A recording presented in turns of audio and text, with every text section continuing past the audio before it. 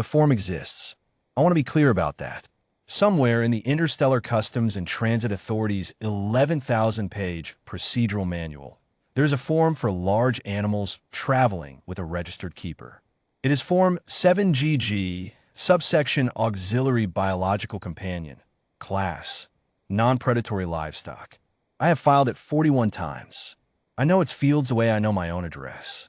What the form does not have, what no form in that 11,000-page manual has, is a box for what happens when the animal stands in a pressurized transit hall on Waystation Karath and an alien trade delegate security chief sees it for the first time and goes very, very quiet.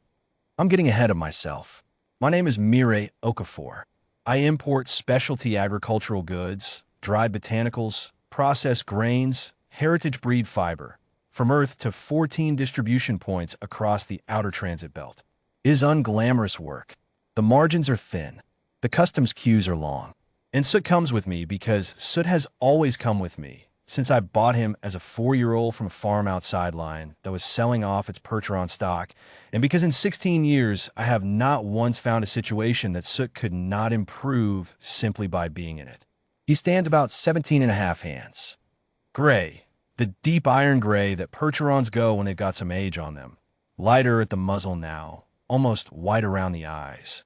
When he is standing still, which is most of the time, he looks like something geological, a feature of the landscape.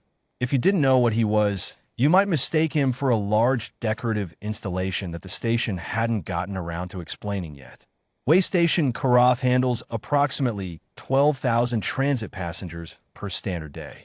It processes cargo from 41 registered species, including 6 whose biology indexes them as Class A apex predators under the consortium's own threat assessment framework. There is a whole wing of the customs hall, the auxiliary processing corridor, gray floors, low lighting, reinforced stanchions, designed to manage the paperwork for exactly those species.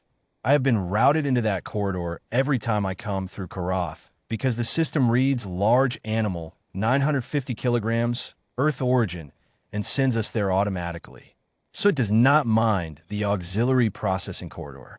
He minds very little. The day in question was a Tuesday by my calendar, which is the only calendar I keep.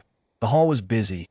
A delegation from the Vethel Cooperative had arrived 2 hours before us, and their transit paperwork was apparently a minor administrative catastrophe, because their retinue of some 30 individuals was distributed across 3 queues, arguing in 4 languages with every agent available.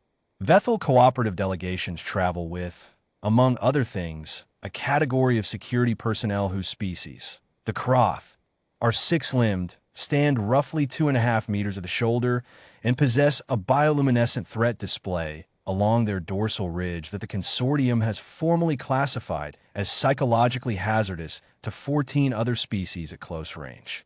There are 4 of them. They were, by the standards of that corridor, a significant presence. The Kroth did what Kroth do in crowded spaces. They spread out. They oriented their dorsals. The glow was dialed low. They weren't threatening anyone specifically, just doing what their nervous systems do when a space feels contested. 2 of the human agents near them had quietly relocated to other stations. A family of Sethari travelers, small, fast metabolizing, extremely attuned to threat signals, had moved themselves and their luggage to the far end of the hall without appearing to consciously decide to do so. The room, in other words, was already doing the math that Kroth make rooms do. I was at window 3, working through the 7th field on Form 7GG, when the senior delegate himself came to the counter. His name was something I couldn't pronounce without practicing, so I had him on my intake form as Delegate Vaughn, which is what the automated translation matrix had produced. He was Vethel, tall, 4-armed, the kind of bearing that communicates, in any species' body language, that this individual has not waited in a queue since early adolescence. He had come to window 3 specifically because it was the window with the shortest line, and because he had apparently decided that the paperwork delays were my fault.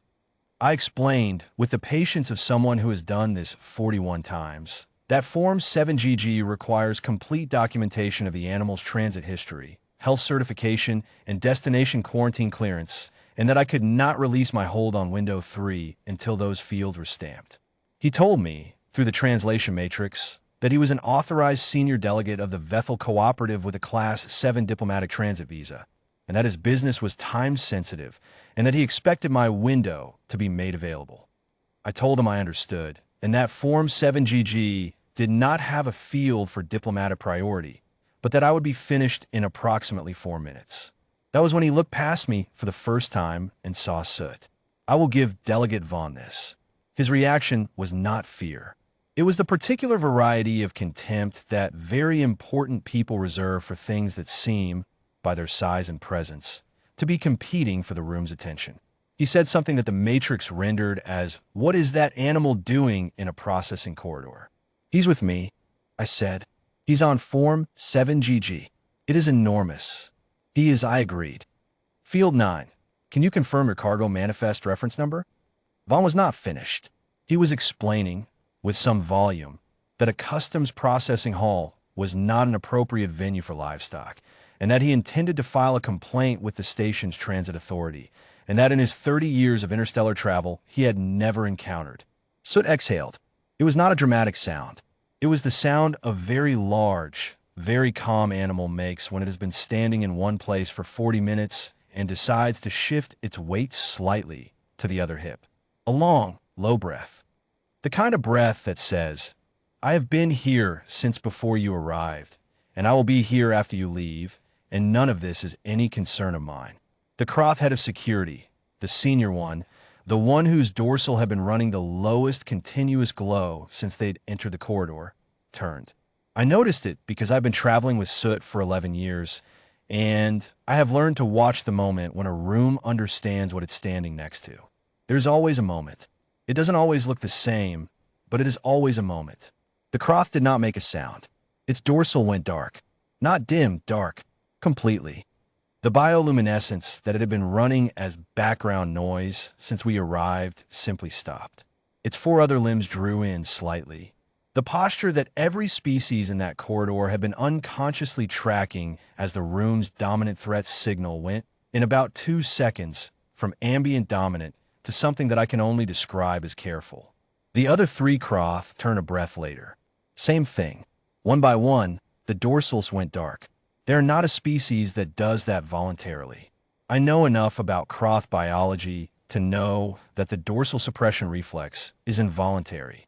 It is the response, old, wired into the brainstem before the Croth had language or ships or diplomatic transit visas, to being in the presence of something that their nervous system has filed under a category that has no civilian translation. The closest the Matrix gets is that which does not need to display.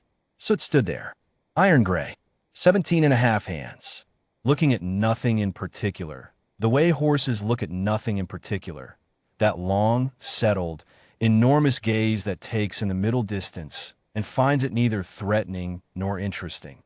His ears moved once, tracking a sound from somewhere across the hall. His tail swung slow twice. The head of security said something low to the delegate. I don't know what it said. My matrix doesn't cover all Croth registers. But Vaughn stopped talking. He looked at his security chief. He looked at Soot. He looked back at his security chief. He picked up his transit documents. He went to a different window. All 4 Croth repositioned themselves, not fleeing, nothing so legible as that, just orienting the way you orient in a room when you've quietly reconsidered the geometry. They stayed between their delegate and my window for the rest of the processing period. Not, I understood, to block access to me, to keep their delegates back to Soot. I finished Field 9. I finished Field 10. I stamped the quarantine clearance and took my copy and folded it into the file I keep in the left breast pocket of my jacket, where I have kept 41 copies of this same form. Good lad, I said, and gave Soot the piece of compressed sugar beet I'd been holding in my other hand since window 2. He took it, chewed, looked at the middle distance. We were on the cargo shuttle 20 minutes later. He stood in the aft hold with his hang net and the low vibration of the drives, and I sat on my equipment case and did the invoicing for the lion order, and the only sound was his breathing and the work. He has never once in 16 years understood what the fuss is about. I have come to think that's the point.